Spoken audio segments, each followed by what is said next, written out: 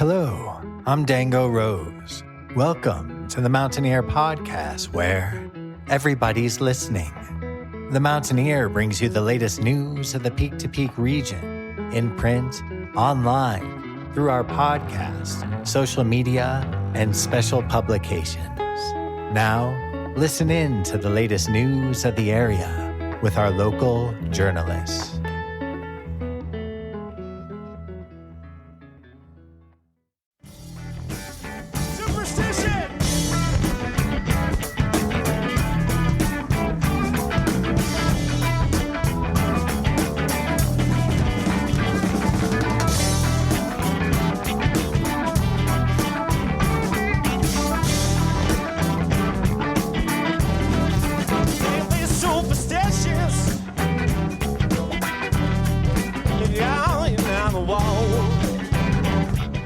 The song that you are currently listening to is called Black Cat. It's an improvised riff off of the classic Stevie Wonder song Superstition, performed live by Canyon Collective. It's featured on their debut live album, Live from the Mines, which you can listen to now wherever you get your music.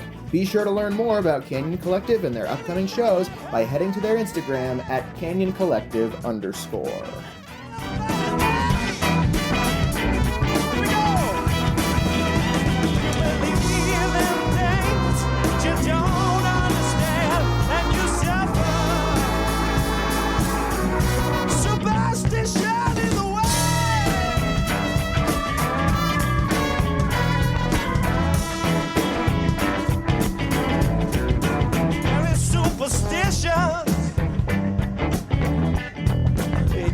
On his way. Hello there, everybody. My name is Jamie Lammers, and welcome to the Mountaineer Podcast, where today I've got a special segment brought to you by our regular correspondent, Maryann Rosen. Before we get into that segment, though, here are some preliminary announcements. If you haven't subscribed to the Mountaineer yet, and you're looking for something to subscribe to that'll give you news about the peak-to-peak area of Colorado, then be sure to head to the mtnear.com and click on the subscribe button in the top right corner of our homepage. From there, you'll get full access to our digital archive and scanned copies of the physical newspaper. And you can even choose to receive a physical subscription by sending it to your mailbox, or you can send it to the mailbox of someone that you love. If you're interested in advertising for the Mountaineer newspaper or podcast, then be sure to head to the mtnear.com/advertise to learn more about the options that are available. We're looking for DJs and other voices to join us for the 5th season of the Mountaineer Podcast. So if you're interested in joining in any way, then be sure to email our editor-in-chief, Barbara Hardt, at info@themountaineer.com and or myself at media@themountaineer.com, and we'll get something sorted for you. And finally, our regular promotional announcements brought to you by the Mountaineer. Looking for a unique advertising opportunity? The Mountaineer Podcast may be a perfect fit for you. Our podcast reaches local listeners at least 3 days each week. We can create your podcast commercial for you, or you can submit your own. Contact Amanda McDonald for additional information. Her email is adsales@themountaineer.com, and her cell is 720-960-2900. Have you checked out the Mountaineer YouTube lately? We are very excited to have a videographer intern this spring, as well as Clementine Miller, who's been working hard to record some of our local events and meetings to share with you. Go check it out on the Mountaineer YouTube. Have you seen our 2024 Peak to Peak Visitors Guide? We have just launched our 2025 Media Kit for the next guide. Go to our website and click on Advertise to see the full media kit there. Spring is springing, and we all know that means the flowers will be popping out all over the place, reminding us of beautiful art. That also means it's time to start thinking about the 2025 studio tour. Go to our website and click on special sections to view the 2024 guide and prepare yourself for this year's edition.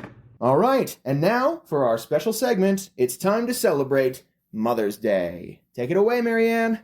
This is the Mountaineer Podcast, and I'm Maryann Rosen, bringing you history, lore, or stories from or about the mountains you live in. With May quickly approaching, it is time to think about honoring mothers. One of the definitions of mother is someone who has raised a child with care and love. In that vein, one need not have given birth.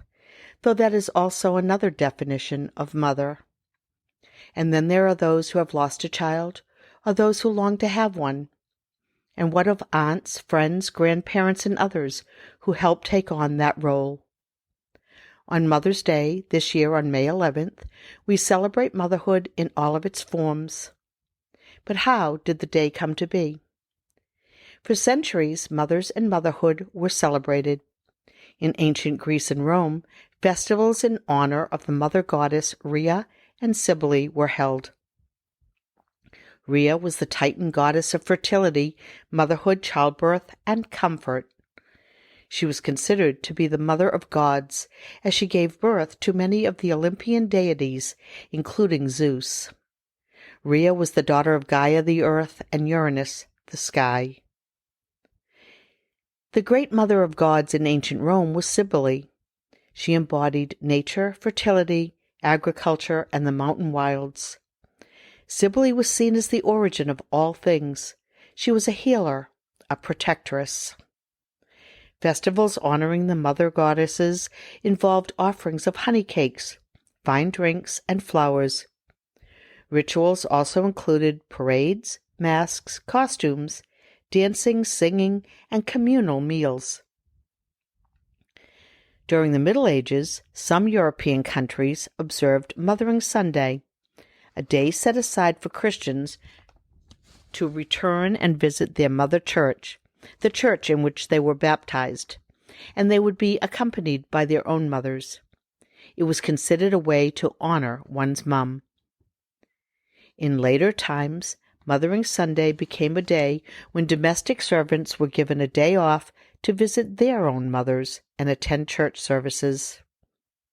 Over time, Mothering Sunday became more secular, and children would present their mothers with flowers and tokens of appreciation. Mothering Sunday faded in popularity and eventually merged with the American Mother's Day in the late 1930s to early 1940s. Let's now skip across the ocean to understand how the holiday began in the United States. In the late 19th century, movements in both West Virginia and Massachusetts were launched. In Boston, Julia Ward Howe, who wrote the Battle Hymn of the Republic, was active in the abolitionist movement as well as the suffragette crusade. She encouraged women and mothers to attend meetings to discuss ways to stop war and promote peace. In 1870, Howe issued a Mother's Day proclamation calling for an international gathering of women for the purpose of uniting mothers in the promotion of world peace. To Howe, the idea of Mother's Day should spread unity around the globe in the wake of trauma following the Civil War in America and the Franco-Prussian War in Europe. In 1873, Julia Ward Howe campaigned for a Mother's Peace Day to be celebrated on June 2nd. Other early Mother's Day pioneers included Juliet Calhoun Blakely, a temperance activist who inspired a local Mother's Day in Albion, Michigan in the 1870s, and the duo of Mary Towle Sassine and Frank Herring, who both worked to organize different Mother's Days in the late 19th century. And then there was Anna Jarvis. Anna's mother, Anna Reeves Jarvis, was active in West Virginia before the Civil War, assisting mothers. She helped start Mother's Day work clubs to teach local women how to properly care for their children. Feeding, health, and hygiene were important topics. After the Civil War, she became a unifying force in a region of the country still divided over that Civil War. In 1868, Reeves Jarvis organized Mother's Friendship Day, a day mothers gathered with former Union and Confederate soldiers to promote reconciliation. Following her death in 1905, her daughter, Anna Jarvis, inspired by her mother's work with women and knowing about the work of Julia Ward Howe, conceived of Mother's Day as a way of honoring the sacrifices mothers made for their children. After gaining financial backing from a Philadelphia department store owner named John Wanamaker. In May 1908, she organized the first official Mother's Day celebration in Grafton, West Virginia. The first Mother's Day was a major success, and Jarvis, who remained unmarried and childless her entire life, resolved to see the holiday added to the national calendar. Anna Jarvis argued that American holidays tended to honor mostly male achievements. She urged the adoption of a special day honoring motherhood. By 1912, many towns and states were celebrating Mother's Day as an annual holiday. Jarvis established the Mother's Day International Association to help promote her cause. Her persistence paid off, and in 1914, President Woodrow Wilson signed a measure officially establishing the second Sunday in May as Mother's Day. Anna Jarvis hoped that the day would become a day of personal celebration between mothers and families. Her version of the day involved attending church services with one's mother, followed by a loving visit. It also included the wearing of white carnations. Jarvis chose the white carnation because she believed that the flower's whiteness symbolized the truth, purity, and broad charity of mother love, that its fragrance, her memory and prayers, that the carnation does not drop its petals, but hugs them to its heart as it dies, and so too mothers hug their children to their hearts, their mother love never dying. Anna Jarvis said, and quote, "When I selected this flower, I was also remembering my mother's bed of white pinks," end quote. Initially, while attempting to foster her idea for Mother's Day, Jarvis worked with the floral, greeting card, and candy industries, using their resources to promote the holiday. It was not long, however, before florists and companies and other merchants capitalized on the holiday's popularity. By 1920, Jarvis strongly disapproved of the commercialization of the holiday. She denounced the transformation of the holiday and urged people to stop buying flowers, cards, and candy. Jarvis resorted to an open campaign against those profiting from Mother's Day. She launched countless lawsuits against groups using the name Mother's Day, eventually spending most of her personal wealth in legal fees.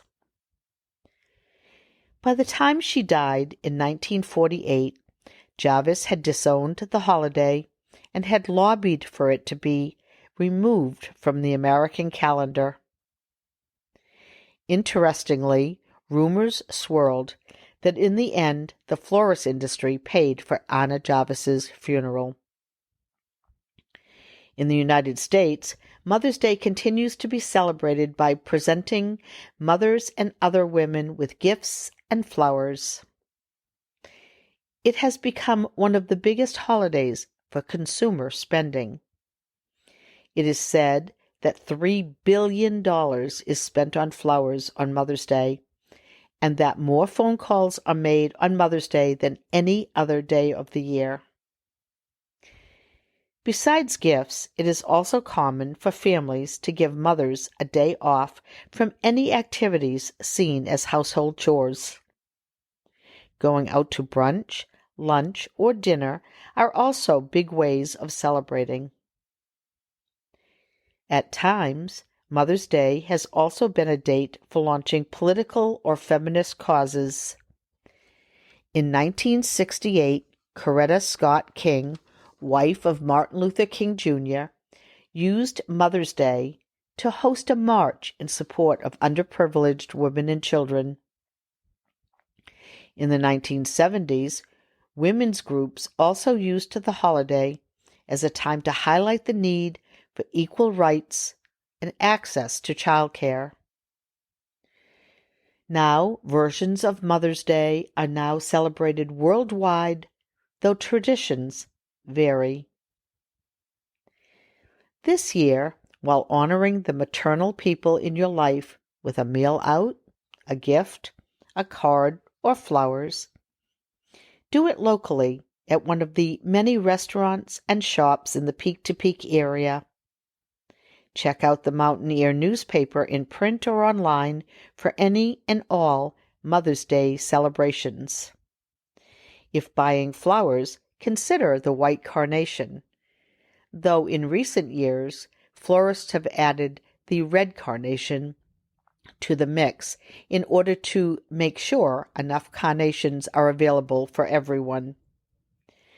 Or perhaps spend some time in the abundant nature of the area with your family.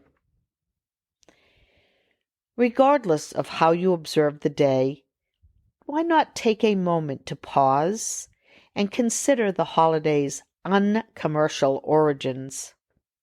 Think about how it is about honoring the self-sacrifice for people's children. It's all about love. And have a wonderful, peaceful, and happy Mother's Day.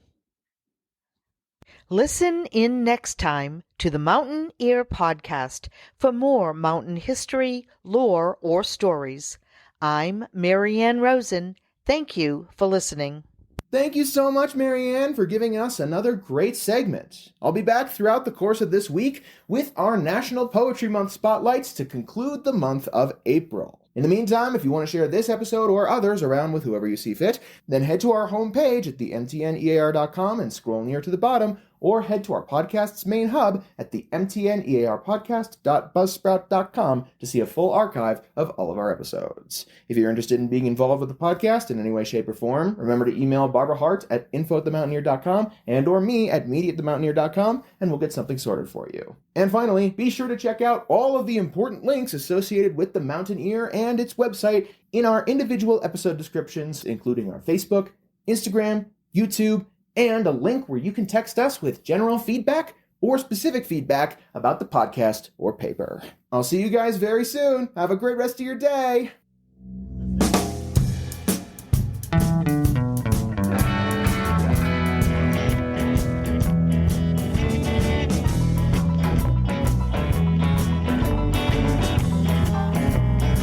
Let's have a good shuffle.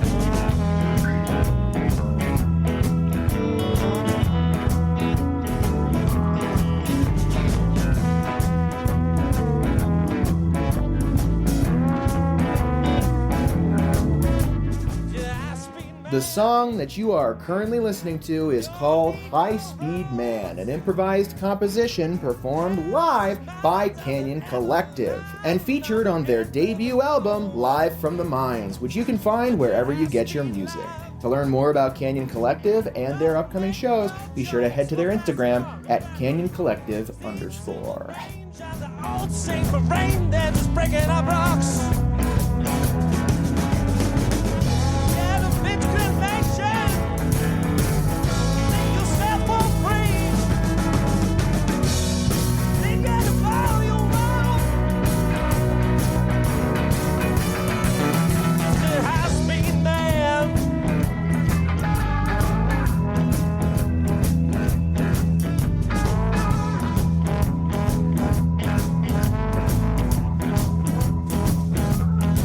Said a fast train man don't need no ropes.